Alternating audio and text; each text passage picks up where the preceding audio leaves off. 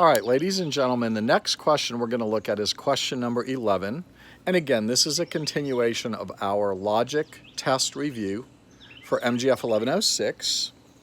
So question number 11 says, name two of, they want you to write two of the following that are equivalent to the statement below.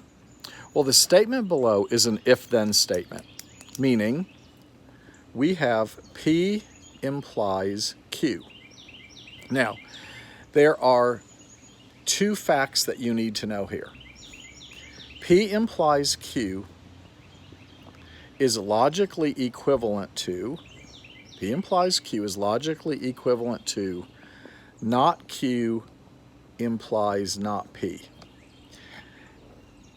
That is actually listed on your cheat sheet, but it can kind of blend into the darkness, so you kind of need to just remember that one. But the conditional is always logically equivalent to the contrapositive. So there's one equivalent form. And the second form, and if you look on your sheet, you will see toward the bottom of it, there's a thing that says the equivalent to the conditional. This is our conditional. The equivalent is also not P or Q.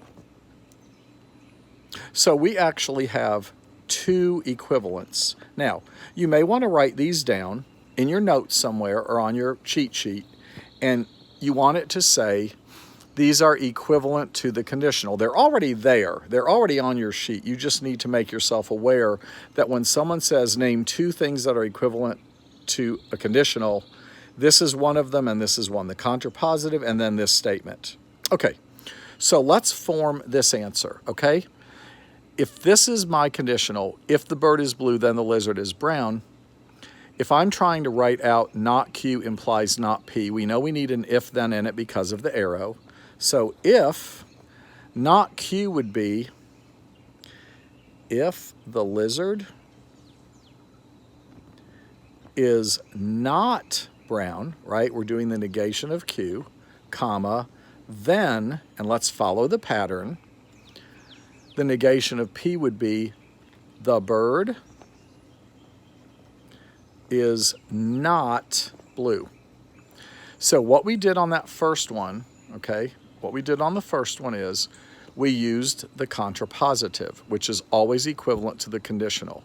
And to form the contrapositive, you switch and you negate. So if this is the original statement, right, we switched it and negated. If the lizard is not brown, then the bird is not blue. And you knew to use an if then because there was an arrow. Anytime you see an arrow like this, you're conditional, you know it's an if then.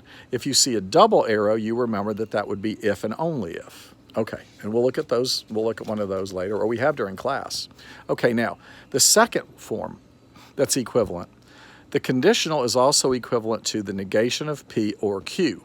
Now, this does not have an arrow in it, so there is no if-then in my answer. Let's just follow the pattern. Logic is patterns. The negation of P would be the bird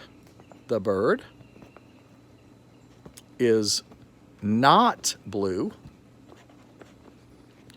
We know that this symbol stands for or, and Q remains the same, so that would be the lizard is brown. Okay, so whenever somebody talks about two equivalent forms of a conditional, of an if-then statement, here they are. P implies Q is logically equivalent to the contrapositive, which is not Q implies not P, and P implies Q is also logically equivalent to this statement, not P or Q. We proved this one in class, and probably this one also, by using the truth table to show you that their columns were the same as each other. All right, but these are the two rules you need to remember whenever someone says, name two equivalent forms of the condition.